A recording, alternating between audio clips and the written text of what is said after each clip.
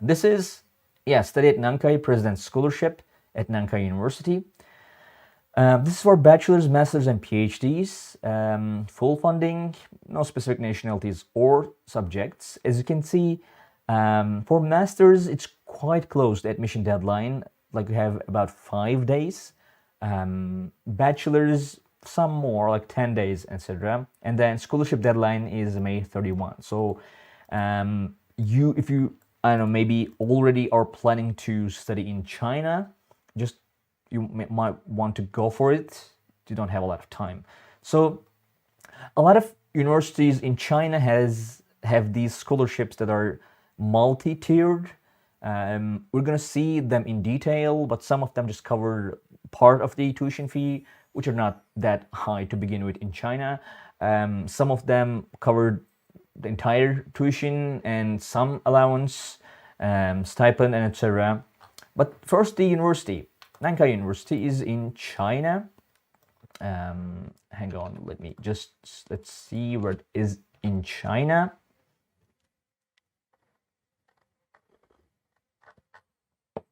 As you can see, it is here.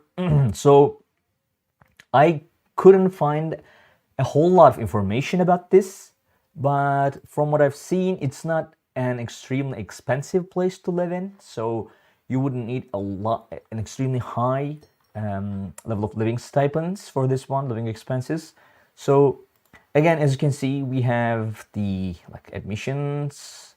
I can just click here, the deadlines. We've been through that. As you can see, the tuition fees in China are not extremely high, about $3,000, $4,000. Maybe it can sometimes go up to $7,000 for some programs.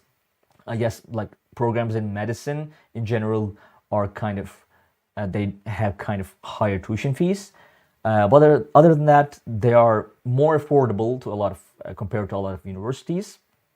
So this is the school, basically. It's in China.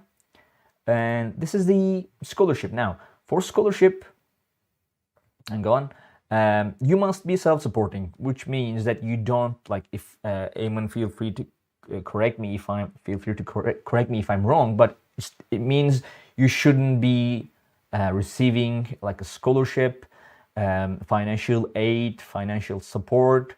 A lot of scholarships in China usually do have that criterion. And you can just click here to go to the university's page about this scholarship. And now this might look a little bit complicated. As you can see, there are different categories. And we have presidents, we have academic excellence, we have program-specific scholarships. But here we're talking about the president's scholarship. Did I share the link? Just hang on, let me just check it. No, I did not. Why do I keep forgetting this? Let me just hang on. Let me just share the link on YouTube. Let me just share the link on Facebook. All right.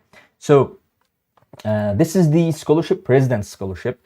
It's for new students. Again, deadline is quite close. For non-Chinese nationality, self-supporting international students applying to study for a bachelor's, master's, or PhD at Nankai University. We have application process information here. It's kind of different for different categories. You can just read here. This is the one for President's Scholarship. Like you should log into a registration platform and etc. You can just get the information from here. Coverage, as you can see, we have 4 different tiers for this scholarship. Third tier is a comprehensive living allowance, and then second tier is tuition, which is kind of odd because tuition is already not that high, around $3,000. So I'm not sure why this is a higher tier. Maybe tuition, like maybe comprehensive living allowance is lower than tuition. I'm not sure about that. You might want to look into that. First tier scholarship covers tuition and provides a partial living allowance. We don't have any numbers for these, unfortunately. As always, before Eamon chimes in with that warning, Now this is the English page for this university, but we every week we keep repeating the same thing. For these schools, we highly recommend you to go to the Chinese page and use translation like Google Translate to translate it, and maybe you can get more information, like because the English pages do not really get updated all that quite frequently as the Chinese pages. So we have first year scholarship, and it covers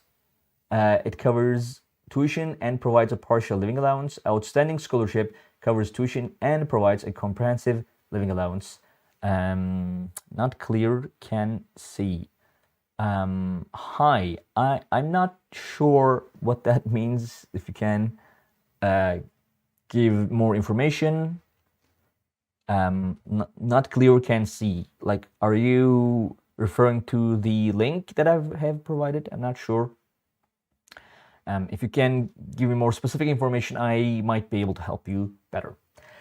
Yeah, pretty much that's it. Like, there are 4 different tiers. Like, Chinese universities usually have these multi-layered scholarships, like for PhDs and like from bachelors to PhDs, and with different tiers. Like, outstanding scholarship is quite good, I would say.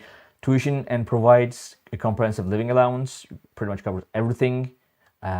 So yeah, that's it. That is the scholarship. Study at Nankai, President's Scholarship at Nankai University. It is closing real soon, so I wanted to seize the opportunity to let you know. So if you're interested in studying in China, this might be a good option. If you get the outstanding scholarship, it covers pretty much everything. Ayman, do you want to add anything about this one? Yeah, not much really. It's a standard scholarship for a Chinese university where the Mhm. awards are in tiers, dependent on academic excellence. Um, though, yeah, so I just want to say that you were right. Self-supporting means that not in receipt of any financial aid. So the students have to be paying for their education. So, Yeah, other than that, mhm. I'll go on. Okay.